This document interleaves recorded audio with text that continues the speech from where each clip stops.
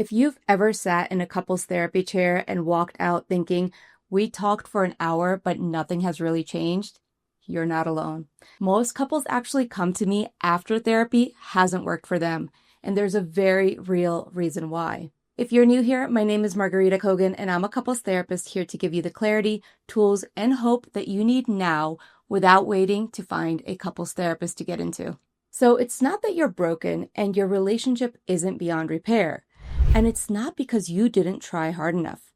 Most couples therapy fails because it starts in the middle without ever understanding what's really going on underneath.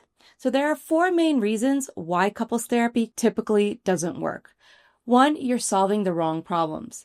Most couples come in talking about chores, tone, schedules, and logistics. But the real issues are emotional safety, stress, resentment, and unmet needs. If therapy starts on the surface, breakthroughs don't happen.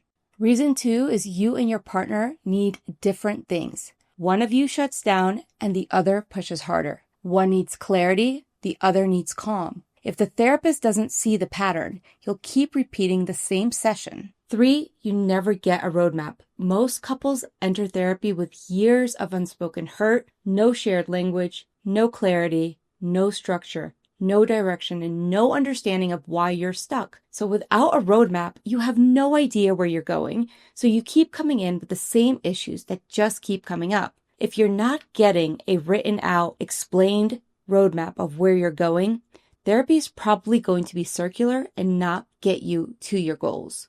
This is my favorite one. Reason 4 is too much talking and not enough understanding. Talking more isn't the solution. Understanding each other differently is. This is why couples say, we talked, but we got nothing accomplished. My couples come to me usually saying, we shut down because we don't want it to explode, or we feel like roommates and we don't know what to talk about. More so, we avoid topics because nothing changes, and we don't want to fight, but we don't want to disconnect either. This isn't working. Therapy helped us talk, but we still don't understand each other. These are not marriage failures. These are signs that you were never given the right starting point for therapy. And this is why I created a free resource, 7 questions every couple should ask. Most couples don't even know which conversations build connection.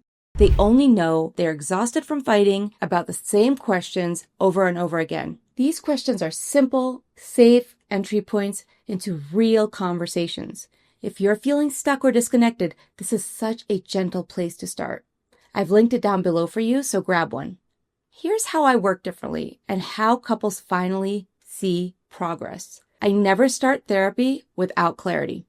Before we talk communication, I identify your patterns, stress cycles, triggers, and the deeper meaning behind your conflicts. I create a roadmap before the journey begins that you are aware of, and everybody gets on the same plan. Every relationship is different. You have different rhythms, routines, understandings, and desires. So I design a custom path that is not generic of let's connect. I work with the system, not the symptoms. We don't just talk about the argument. We understand the pattern around the argument. We fix the root, not the noise.